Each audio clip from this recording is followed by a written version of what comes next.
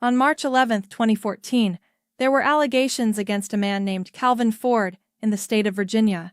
We're gonna first play a clip of the 911 call he made. Loudoun County Sheriff's Department, what's your emergency? There's been a shooting over in this address. I just called 911 and need to get over there. Thank you. There's been a shooting? Yeah. Where? What address, sir? I need an address. Now, when the police arrived, they saw a car with a woman inside and she was shot dead. Now we're going to take a look at the official dash cam footage and pay special attention to the 911 caller Kelvin Ford talking to the officer in the background. She is dead, yeah. How did you get here? From Baltimore? Did you guys just drive? Uh-huh.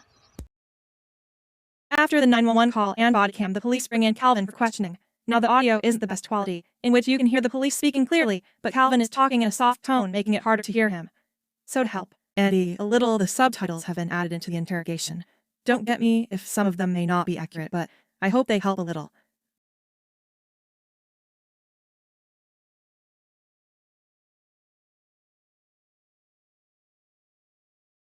How long you been married?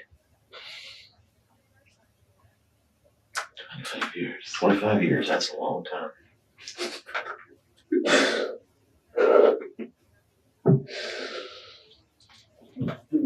Can you tell us what happened today?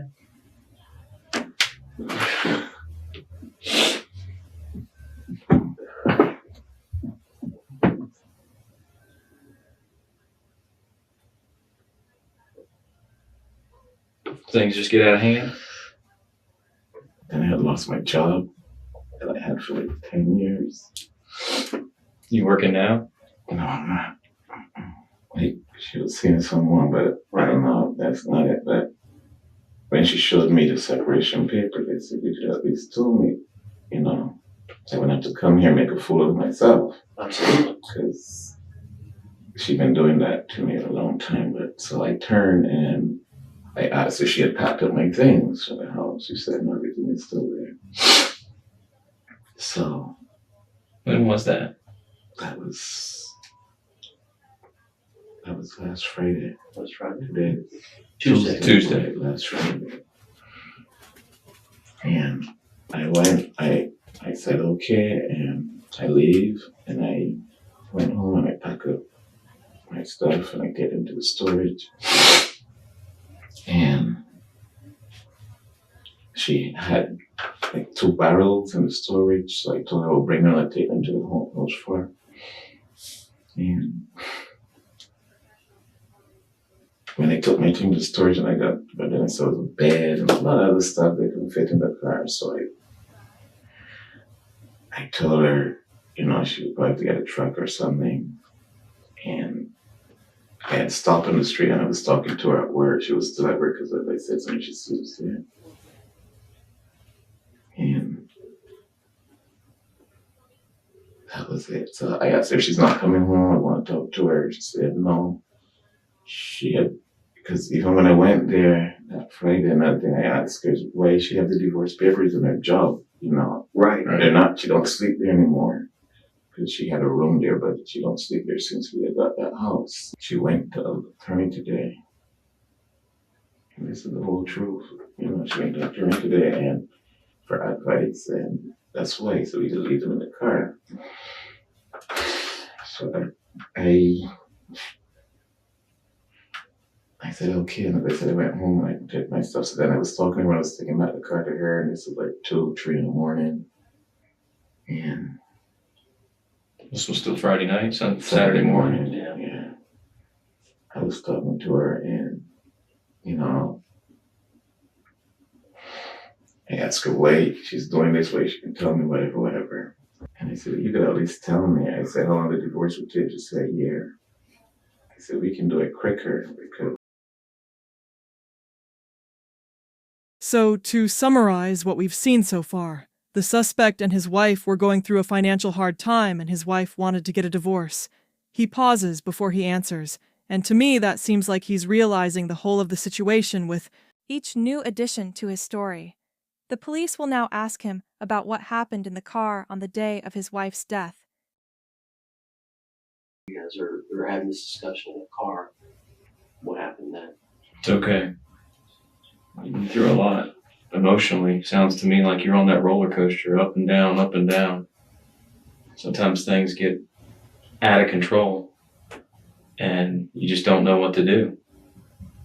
And sometimes we do things out of character, Yeah. things that we regret. Is that what happened? Huh? Is that what happened today? Why? Like, did some other character? Yeah. I mean, you're not a monster. At least you don't appear to be that way to me. You're a guy who loves his wife. Yeah. I feel like a monster, that's how I feel. Well, I don't think that. Neither do I. Because y'all don't know that's why. I don't know. I only know what you've told us. And that's the truth. I believe you. I believe that. I don't know what to say, how I feel, or what it is. I don't know. It's like, Well, you can't understand. Let's start with a couple of basics. Hmm. How did the gun get in the car? I had the gun in my bag. Okay. Yeah. Your gun? Pardon me? Your gun? Yes. You bought it? Yes, sir. Okay. And when did the gun come out? I took the gun out. I had it out yesterday before Sunday. I was at the storage and I took it out in my bag today. I brought it out in my bag. Okay, so you had it in the car in your bag? Which bag is yours? The one, 2 bags, the backpack and the computer. So you had this gun, and was it loaded? Yeah. Did you have it on your person at all? Mm-mm. Just in that backpack? In the computer bag, yeah. Oh, in the computer bag. Mm-hmm. And then as you guys are talking, you pulled the gun out?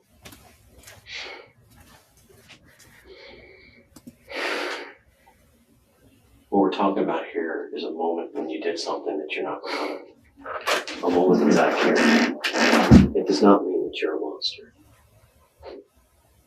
What it means is that we're all human and we all have limits. We all have breaking points. We all have those times where things get out of hand.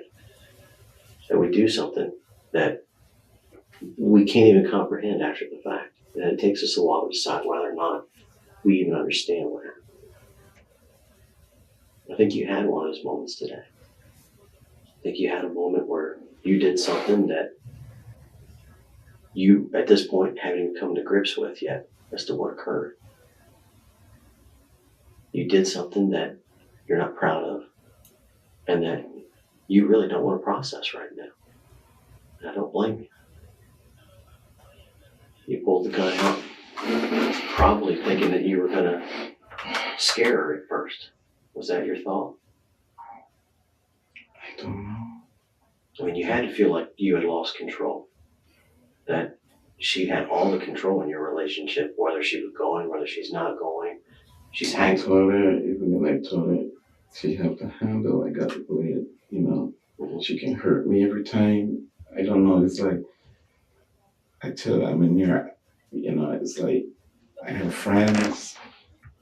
I don't have anybody, you know, a friend. You're here alone besides your grandchildren and your children, right? She's your rock. She's your anchor to here in your life. Okay. What did she say when she saw the gun? I don't know. The police have put out a very interesting theory. The fact that you are here alone. For you to feel safe, secure, and to have someone to lean on the only person that was his wife. And she didn't want him in that same way. It put him in a very desperate situation that she wanted someone else. The old saying, if I can't have you, no one else can. How many shots did you fire? I don't know. I don't know. I just know I got it when I called 911 and Do you remember firing the gun? Yeah. At her? it was So I showed my there. I was doing two of those. What did you do after you fired the shots?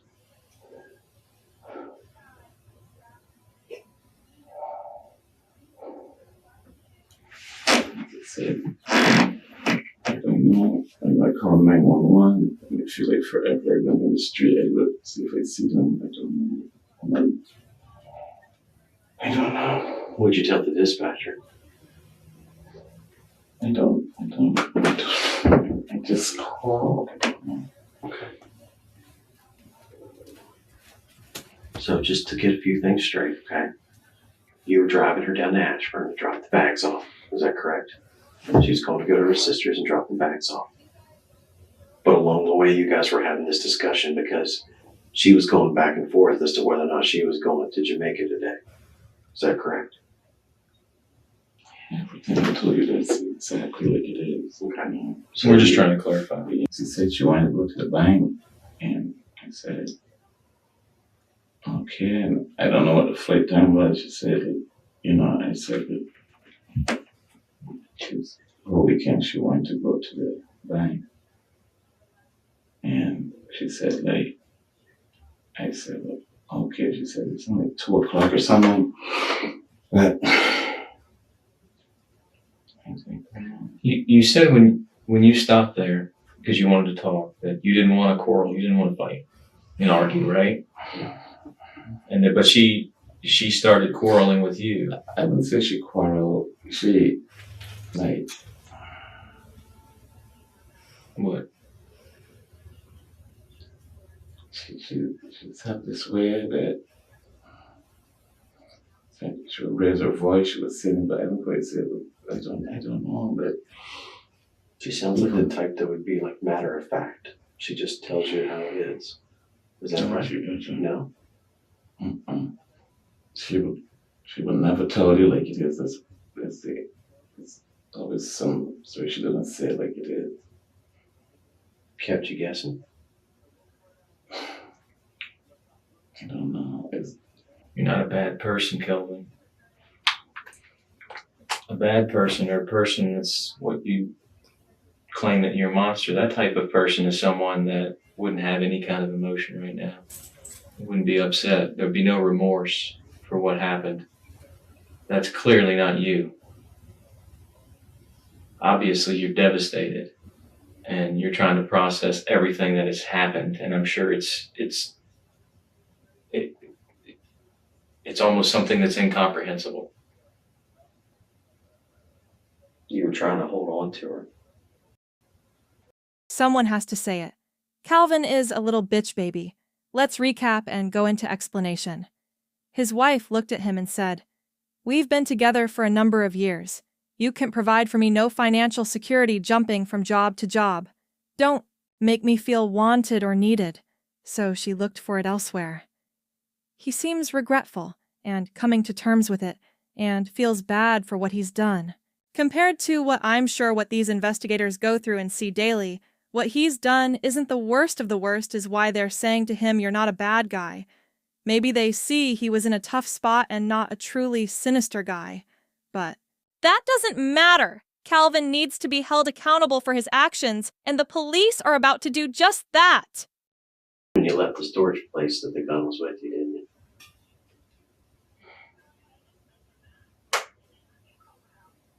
When you left that storage place, you knew what was in the bags that you were carrying. The stuff to go to Ashburn. You knew that there was a water bottle and a gun in your computer bag, right?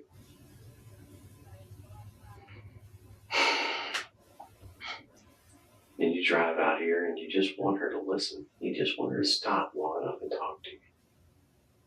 To not waffle back and forth. To make a decision, to stick with it. To do one way or another. And then even after all that, after you fired the shot, you still, at that point, realized that you had to get her help. She had to call for someone to help her because you still loved her. You were still holding on.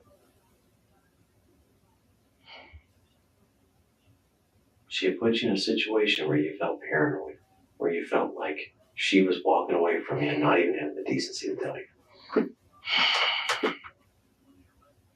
I don't feel that way. How do you feel?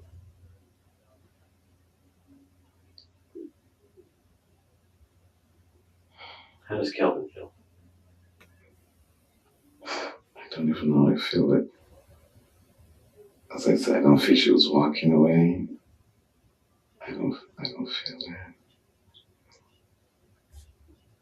But you were in the driver's seat when you got the gun,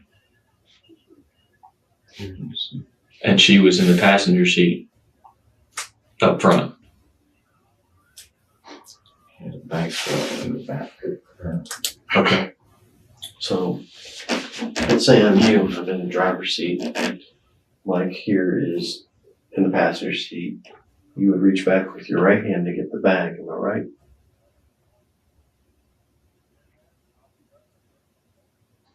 It's possible, as I said. And you bring the bag up to your lap. Do you remember which hand you would have reached into the bag with, or did you bring the bag up front, or did you just reach into the bag?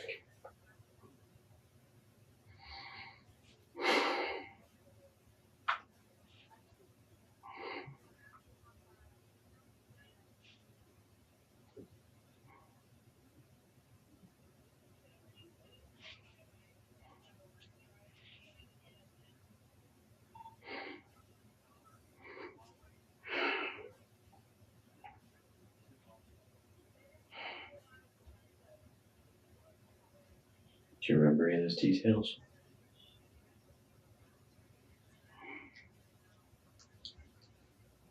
I can't say remember, and it's.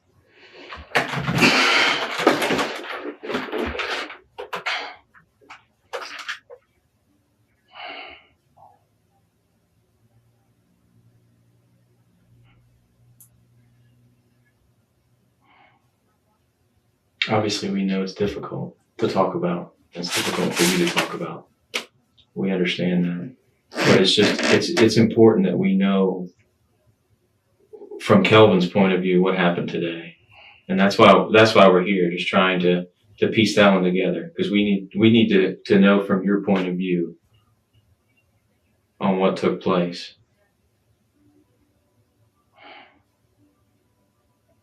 I try to tell you all to the best of my knowledge. I know. I believe you, and I appreciate that. We just want to make sure we don't miss something. Yeah. That's our goal.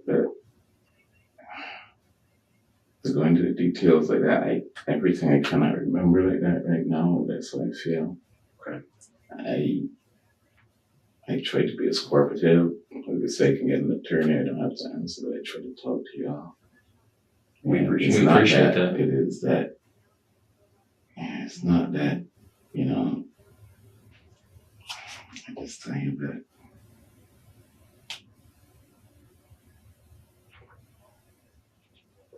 Well, can you do me a favor?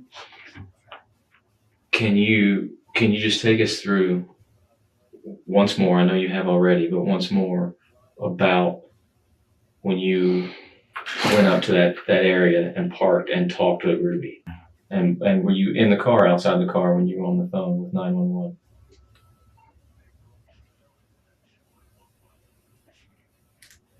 I believe that's what's in the car. Where was your phone? My phone was. Was it on you? Was it in your pocket, or was it in the car, or somewhere else? I believe it was on me. And what kind of phone do you have? We both have Samsung phones. They're both Samsungs. Same model? Same style phone? Color and everything. Did you call her sister? I don't believe I called her one. So is her sister still expecting her? I don't know. I don't know. You didn't call Huh? to tell her anything. You didn't call her sister.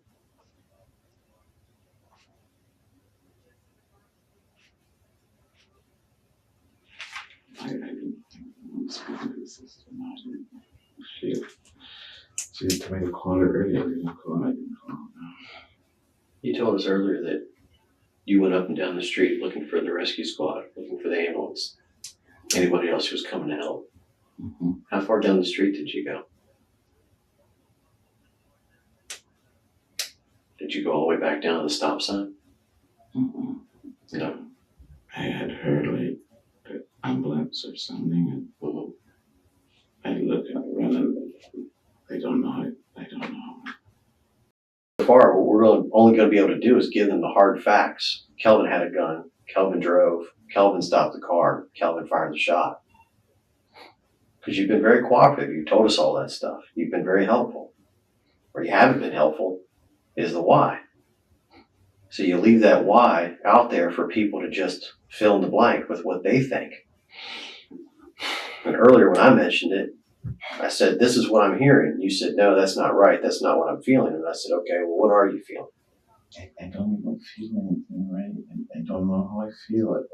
It's not something that I can explain. It's nothing that I feel like this before I never felt. So, Okay. I was saying today, I just said, why did I leave New York? Why did I come down here? You know? Right. I can look at everything else, but that's not the point, you know? But we're not talking about how you're feeling right now after what happened. We're talking That's about what I'm saying. what you're feeling all not when it happened. Right. And why, and what caused it. Because it's one thing to be able to go back to that prosecutor and tell them these cold hard facts. This is what happened. This is what happened. This is what happened. You know, being able to put in that human touch of the why, it keeps you from being that monster that we talked about earlier. Because we don't think you're the monster. We don't think you're some monster who. But it looks like it without having the why. That's not what I know. Oh. Yeah. Don't you want us to go back and tell that Commonwealth attorney, hey, not that it's a justification, but that this is the reason. This is what happened. This is what caused this. He explained it in his own words.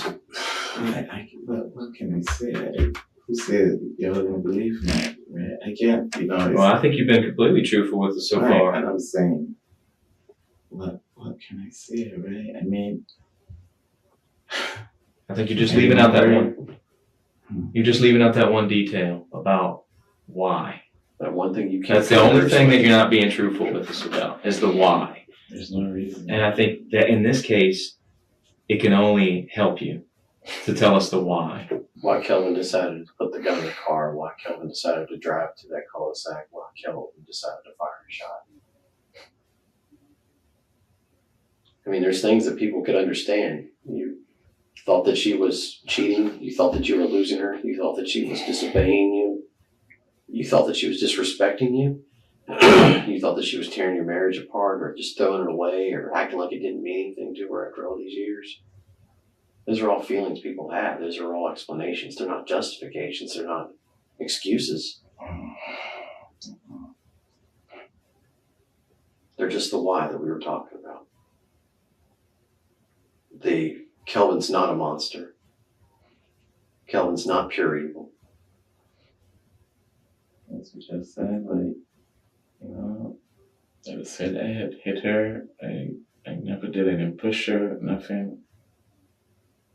And the officers came, they said, you know, what is it? I said it wasn't nothing. They said it was my daughter call.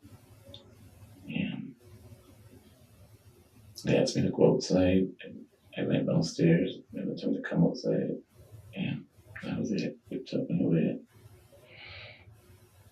Well, again, we're talking about today now. Right, that's what I'm saying. So, Do you think you're a monster now? I don't think I'm a monster. But where am I? But what happened? Right? We're not here to judge you based upon your mistakes.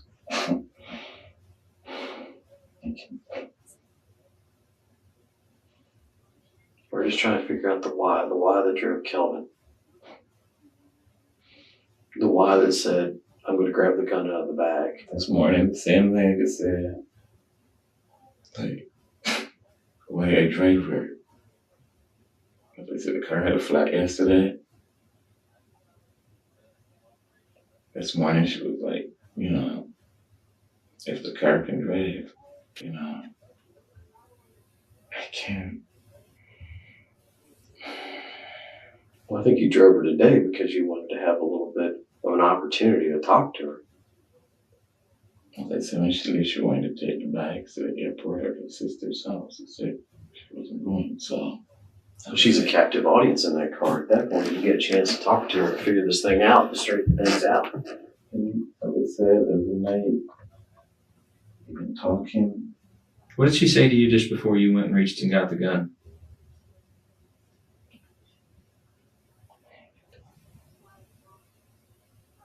Kelvin. What did she say?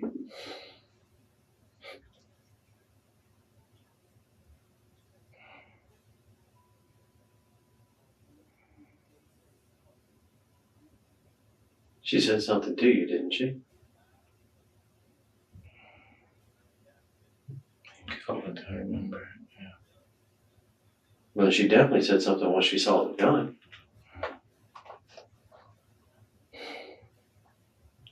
I don't think anybody's had a gun pulled on them in the history of the world that hasn't had some type of response to it.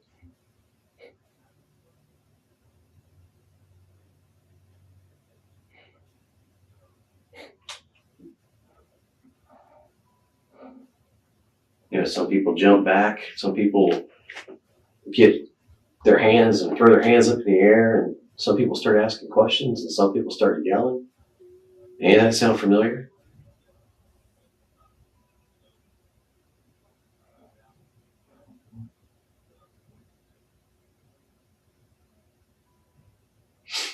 Do you remember yet how many shots you fired?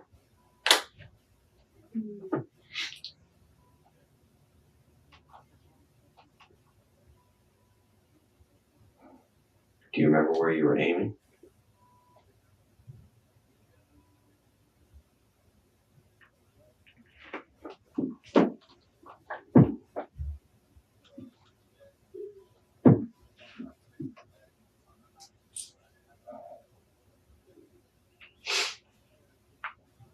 Do you remember what actions or words prompted you to reach back for that gun? Or prompted you to pull that trigger?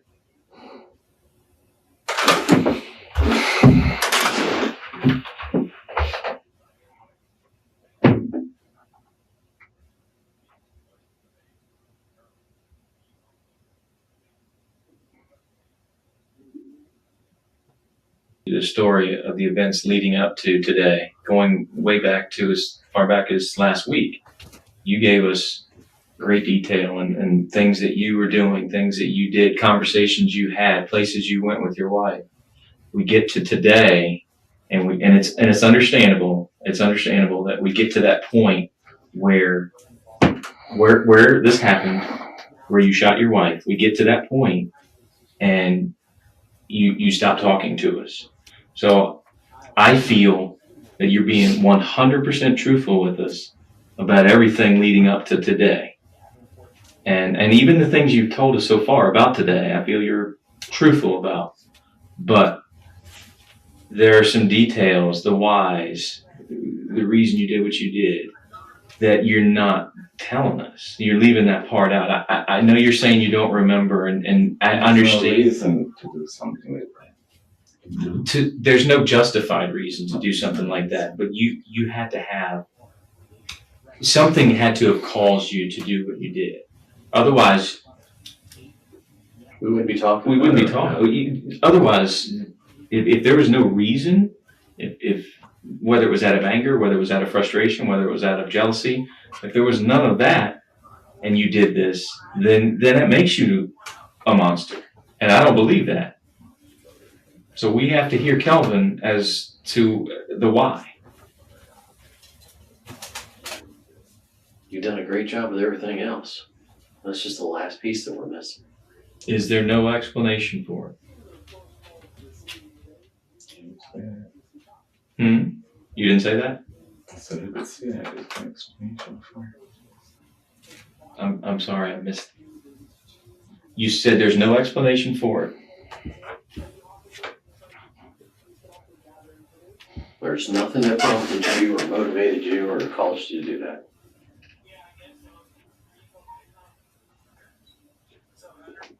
Did she tell you that she was leaving you, or did she tell you that she had somebody else? Or did she tell you that she was going to Jamaica, whether you liked it or not? Did she call you a name or cuss you out or tell you couldn't come back to her house anymore or tell you that she was leaving you? Anything remotely like that.